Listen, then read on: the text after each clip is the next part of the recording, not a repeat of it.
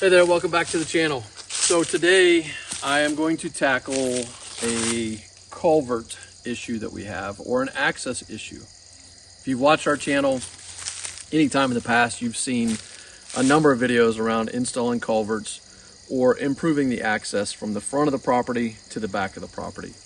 And it continues to be a challenge. So I'm standing on this road right now that connects the front of the property to the back 80, or the back side of the 70, and then on to the 80, which both Jason and I travel quite regularly with side-by-sides and tractors, and also my son and myself and our friends on motorcycles. And so we've got to get this area sorted out before it gets wet and nasty for the winter. So most recently I did some box blading work further up here around the culvert, filled in some big ditches. A lot of you gave me some great feedback on the work that I did there. I was using the Solus H24 when I did that work. So bringing dirt in, smoothing it out.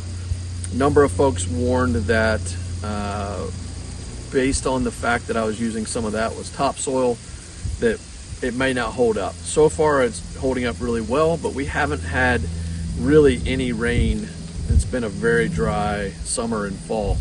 This area behind me, and I'll show you a little bit closer here, has a large drop off here to this side over here where the bank has eroded. Over here we have some fencing. I need to take that out. I want to widen this up to where I can get my sawmill through here, and then also to be ready for some of those larger tractors that we expect to get from Solus early next year. So mainly I want to be able to get the sawmill through here, which is I think at least 8 feet wide, and we'd be pushing it here. And when this is muddy, what happens when you come through this little ditch here is everything shifts to this downhill side where there's a pretty good drop off. So I think I'm going to need about, to get the culvert as long as I want it, I've got some, I think they're 12-inch culverts, corrugated, double-walled culverts, and I'm going to connect at least another 6 feet or so to that to make sure that I can get it to hang out further, and then I'm going to fill part of this little ravine area in. I'm kind of surprised that I haven't uncovered another pipe that maybe had failed previously, and we may find something when we start digging through here. The farmer that had this property prior to me purchasing this property has used a lot of galvanized pipes and things like that that have rusted out and worn out over the years. I've been here for 9 years, so whatever's in the ground has been there for at least probably 20 years, if not longer. I need it to come off of this drainage area that's back here to my left. There's a little ravine that comes through here. I have not witnessed how much water comes through there. Based on this ditch over here, it looks like it could be quite a bit, but I'm not positive. So we're going to go with that 12-inch pipe and hope that that's going to be good enough. I don't have a lot of distance to go real deep, so I think I'm going to pack this culvert in with crushed stone, at least the parts that we're going to drive over. And as I mentioned, we're going to cut out some barbed wire, take some posts out, and widen this area so we can get away from that drop off there. So let's take a quick look at what we're talking about. But before we do that, you'll notice that I have the John Deere today. We're planning on doing this with the Backhoe, and at some point I may have a Backhoe from Solus, but at this point I don't. If you're interested in seeing the H24 with a Backhoe, currently the Kelly Country Life, Andrew Kelly has the Solus H24 with the Backhoe down in Florida. So he's done a couple videos with that. And then we'll just do with what we've got. I can't wait any longer. And we're going to use the John Deere 270B Backhoe on my John Deere 2032R. So let's take a look and show you kind of what we're working on here. Makes it kind of hard with all the leaves to see what's going on. But here is the path down to the creek, which is kind of out in there. You can see the back wall before you go up to that tree. And so you can see where the erosion is kind of working its own, made its own path. Kind of hard to see that. But the water is following this path here. And I've had to kind of cut in a little bit. There's some ruts. And then it comes up and out of this little area here. So I'm going to have to build a little bit of a wall up to help curve some of that water down. And you can see there's kind of a ditch. It's hard to see. It's hard to make all that out. Hopefully you can see that. So there's a ditch bringing it down through. This is one of those scenarios where I often question, is the backhoe the right tool for this, or would a track hoe work better? I don't have a track hoe, so it doesn't much matter. But moving up and down the direction of the area you're digging would make things a lot easier. So what I think I'm going to do is back the tractor up and dig behind me over here, get me going in the right direction, turn around, cut in here a little bit, and then I'm going to have to dig straight on and move my dirt, which is going to result in a bigger hole than what I was hoping to do, but that's the way it's going to have to go. So the benefit of having that backhoe is it's here, and it's here whenever I need it. So let's put it to work. So I always enjoy getting on the backhoe. It does take some time to get used to it again. It's probably been easily 8 months or so since I've had this out. Maybe even longer. I can't actually remember the last time I had a project with the backhoe. But I've been saving up a number of projects, so I've got quite a few to go. And I've got a new trenching bucket that I want to try out here pretty soon. Again, another project I've been waiting and just need to get it done before it gets too wet and too muddy for the winter.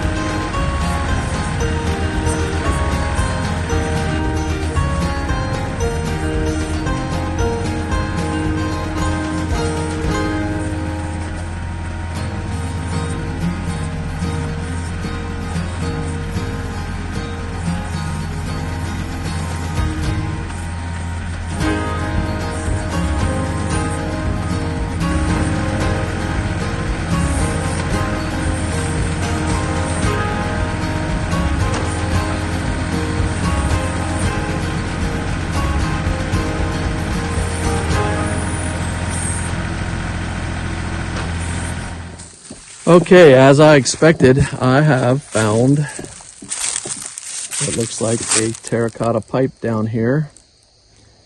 It's pointing down pretty deep. So, and I can't tell, it doesn't look like it's real big. But I was off to the side of it up there. So I'm going to have to change my angle of attack up there, see if I can find that. And now I'm wondering if maybe this was a railroad tie, I can't tell, or a tree that fell. But I'm gonna dig this area out here, see what I can figure out.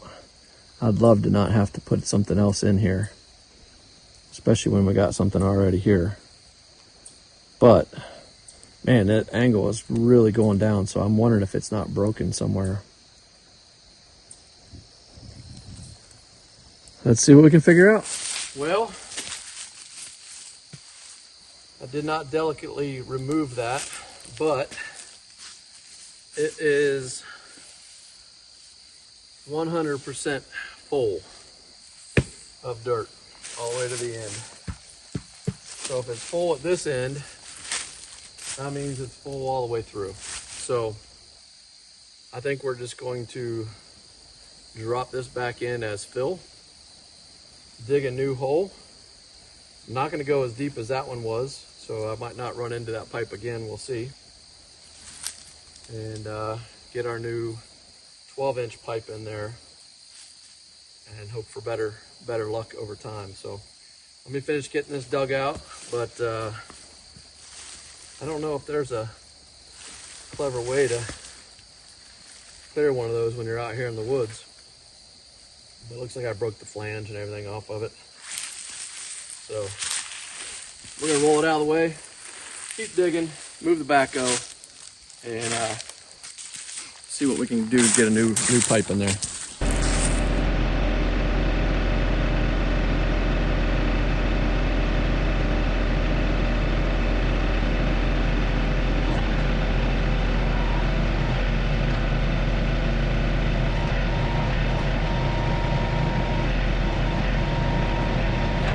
So probably one of the biggest challenges I find with the backhoe is just where to put the dirt. You can't really just put it to the side because eventually you're gonna have to move there, so then you've got to move the dirt. So again, this might be where a track hoe could straddle that hole and move maybe more freely than the backhoe does. But overall, it's great, and I really, rather be using it than this stupid shovel.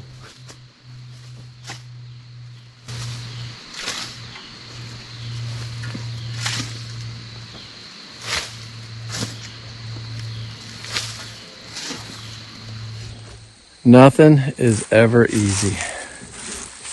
Here we got our trench here. I'm gonna have to dig some more up at the top. Might have to cut out a little bit of that hillside there. And then I gotta get rid of that, which it doesn't look like it's connected by too much, but I think we're ready to go get that pipe. We found another corrugated pipe in there, and it's full of dirt just like the others. So this thing has been worked on a few different times. Hopefully this will be the last time for as long as I own it, because this is going to be quite a bit of a chore to level it and get it in. Level it in terms of getting it packed in with some gravel.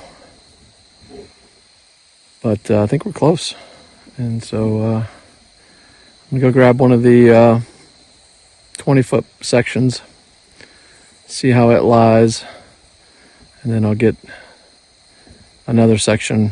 I've been waiting to cut it.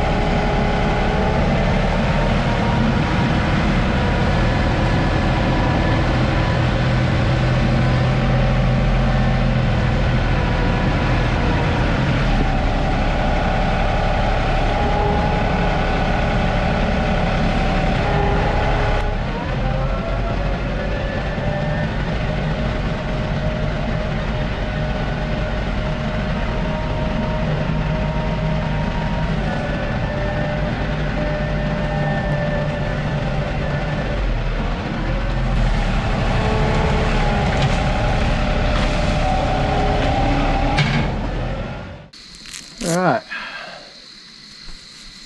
that got here a little easier than I thought it would. I need to flip it, that end down, I believe.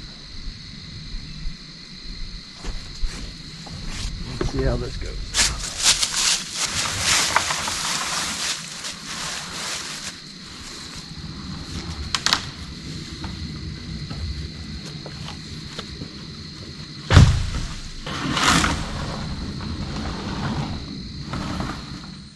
This worked out pretty good. I'm gonna get some gravel to pack around it.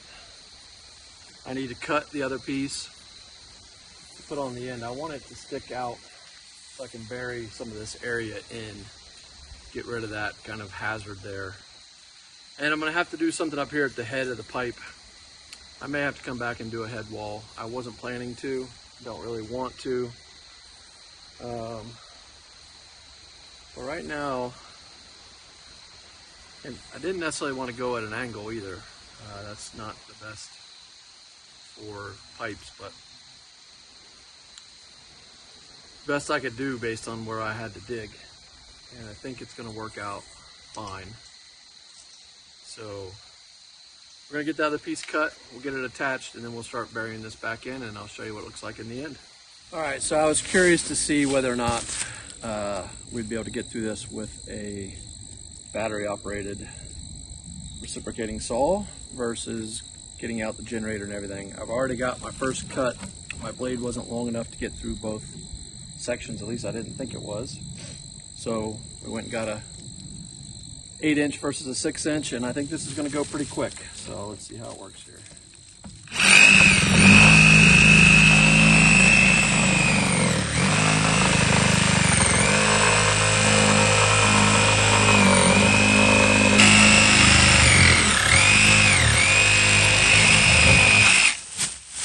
Like butter. Okay, I was expecting that to be a lot harder.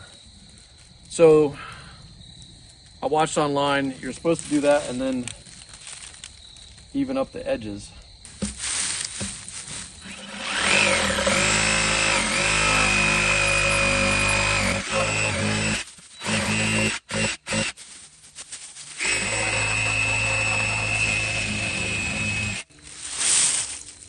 That looks pretty good.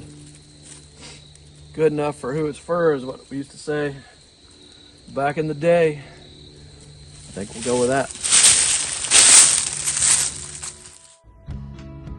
All right, so this removing that log went pretty easy, and now up attaching these two pipes. And let me tell you, this was a lot more challenging than I expected. There is a large gasket on the end that the bell slides over, and I had no idea what to do and how to tackle that. So stick around. So thought I'd pause for a minute. I'm kind of excited. This is my redneck engineering. I needed to get these two pipes together to join, and I went online and I could not find anything. I feel like I've seen something somewhere over the years where someone used ratchet straps to pull these two things together, but I couldn't for the life of me find anything that talked about doing it. And so the directions say you need to clean both sides, and then you need to put some sort of lubricant on them. And I don't know what they sell to do for this, but I had some leftover electrician lubricant for fishing wires through conduit. So I got each side cleaned up and lubed up, and now I'm using, this is something that came off of an attachment shipment, just a piece of metal that fit nicely between two ribs.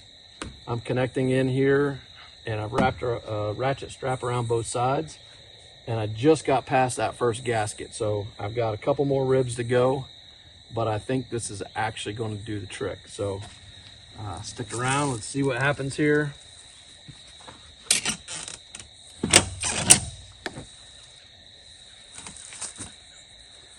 Just getting past that first piece was critical.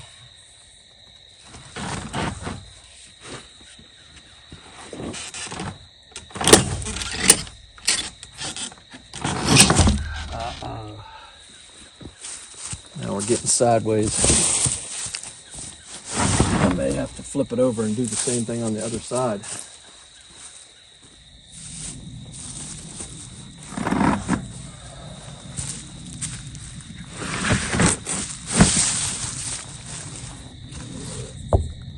Wow, so I'm not going to lie, that was a huge relief that that pipe went back in there without coming apart.